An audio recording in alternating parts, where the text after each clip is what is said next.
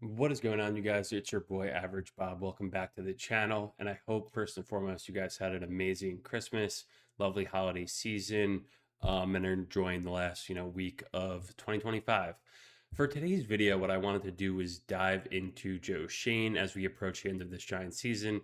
And going into this season, I kind of called for Brian Dable and Joe Schoen to both be removed from their positions before the season started, after just how much of a disgrace the last season was.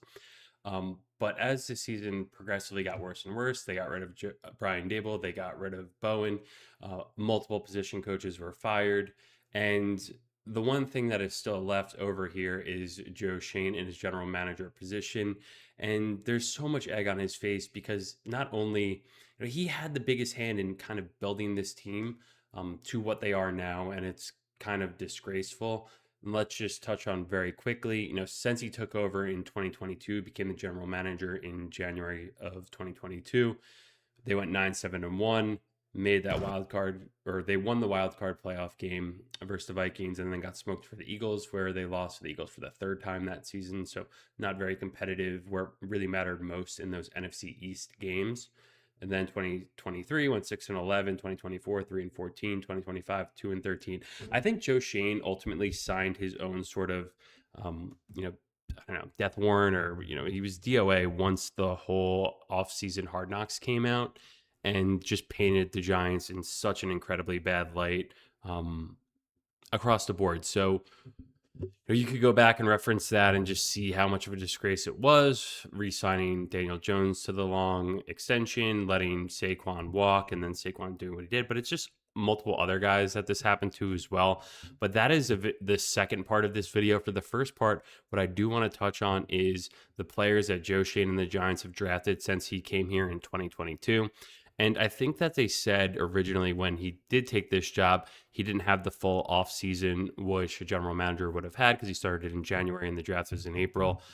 So a lot of this, they didn't really tie to really saying that this was all his fault, even though he was there for a few months and, ultimately was the GM. So this, I think, should be credited to him. So let's get started in 2022 with the 2022 draft, where we'll get started in 2022. The Giants, 5 overall, took Kavon Thibodeaux. Their Giants are going to have to make a decision, possibly extending him. Do they want to pay, or does he even want to resign long term? I'm not going to talk too much about like the contracts of these guys and where they're at right now, but I do want to talk about the players that they are as they were drafted to be. Kavon Thibodeaux came into this league, drafted 5 overall, and there was so much hype for this guy. And we, as Giants fans, have seen him play so good in some games. The Commanders game a couple of years ago, where he had, I think, multiple sacks, forced fumble for a touchdown. We've seen him get to what he needs to be successful, and then weeks go by, you never hear his name. This season, I feel like I didn't even realize he was hurt, because he just didn't have an impact when he was playing really anyway.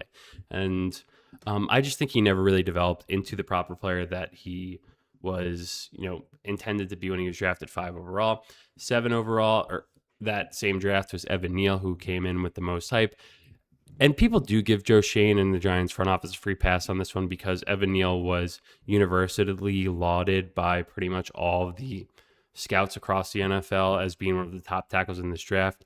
Had all of the makings of a future NFL star, 6'7", 350, but just never panned out or translated for him at the NFL level, whether it was coaching, whether it was himself, or just injuries piled up and never let him to be successful. But that's a story for another day and could be its own separate video. Wan'Dale Robinson is also up for a contract, second round pick. He has played pretty well and has been wildly, very, very consistent for actually being successful across with every single quarterback that he's played with over his time. And I actually think the Wan'Dale pick is probably the best one in 2022. Josh Ezeudu, we saw him play some games at guard and tackle.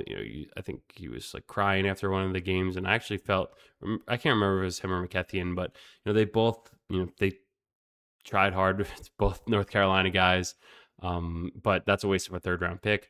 Cordale Flott, probably the only good Giants corner at this point in time. The Giants probably should extend him, so we'll give him some credit on this 3rd round pick here in 2022.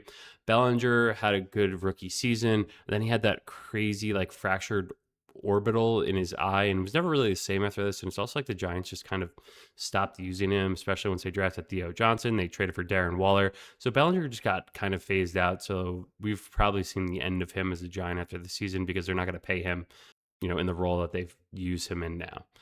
Dane Belton doesn't really do much. Mike McFadden, this could have been a diamond in the rough, but he tore his ACL in the beginning of this season. DJ Davidson, McKethian, and Beavers, not really all too big fans of any of them. Let's move on to 2023. This is where stuff gets really bad for Joe Schoen. First round pick, 24th overall, Deonte Banks. I can't remember if the Giants traded up for Banks.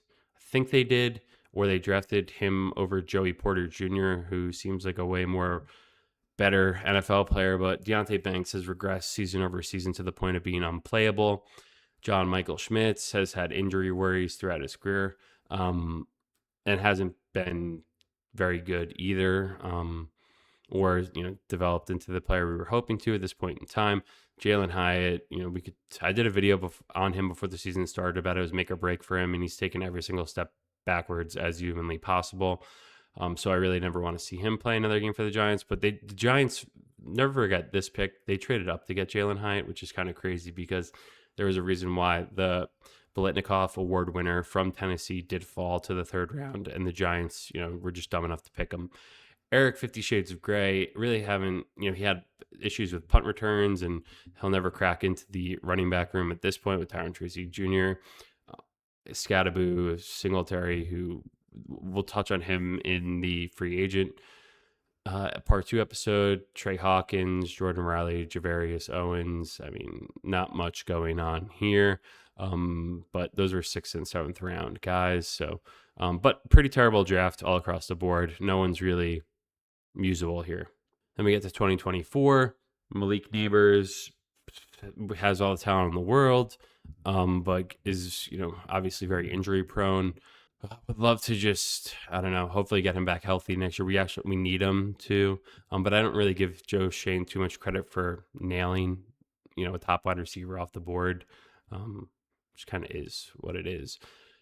Tyler Nubin in the second round is, I don't know, like a C minus player, but for a second round guy, not great. Drew Phillips. I actually like Drew Phillips. A lot of people hate him, but I actually like him. Theo Johnson's very productive as well, and he's evolving and getting better. And then Tyrone Tracy, you guys know I'm a huge Tyrone Tracy Jr. fan. This is actually probably Joe Schoen's best pick out of everyone, according to me. And then Darius Muasau, whatever. And then we get to this year. We get Abdul Carter, 3 overall. I mean, I'm not going to give him too much credit there, but Carter's taken a very long time to get going here in his rookie season. So TBD there. Jackson Dart. I'm a huge Jackson Dart fan. Don't want to trade him at all. I want to bring him back and build around him. Darius Alexander. I don't think I've seen enough out of him yet to really understand if he's good or not. But 3rd round pick. Diamond in the rough here. Cam Scadaboo. Obviously, we love him and looking forward to getting him back after the ankle surgery. Marcus Embo. This is going to be an interesting one. We did see a lot of him in the preseason, and in some instances where Hudson had that crazy game against the Cowboys with all the penalties, and we saw Embo play a lot, and he has filled in. He's played in 11 games this year. I like him. We'll see what he could do. Thomas Fidone hasn't really done anything offensively, and Corey Black, the Giants have had so much injuries based on the poor injury-prone secondary folks that they had brought in through free agency. So Corey Black was on the practice squad, got signed by the Jets. I don't know if he started for the Jets at all, but then the Giants signed him back and ended up playing some games for us there. But as you can see, there are so many misses here. I'll give credit where credit's due. Scadaboo hit, Jackson Dart hit. A lot of just question marks. This is a very big question mark. Injury prone. Okay. Negative. Like the 2023 draft is terrible, and then 2022. But Wan'Dale is, a slot wide receiver, not a wide receiver 1. So a lot of misses for Joe Schoen, and, for what it's worth, it's just not enough to be able to come back because where they are at this point in time is not a good team. He's built this team. He picked these guys himself. And the results speak for themselves, right? We've had 5 wins over the last 2 seasons. So we'd be 5-27 at this point. So something's got to change. The coach is gone, but I think the GM needs to go with him. Let me know what you guys think in the comments. Which draft class do you think was Joe Schoen's worst? And, if you want to give him some credit and you think you should stick around and it's more on the coaching than Joe Schoen, let me know that as well. Anyway, thank you guys for watching and have a great rest of your week and Happy New Year and enjoy the Tankathon coming up this Sunday afternoon. Peace.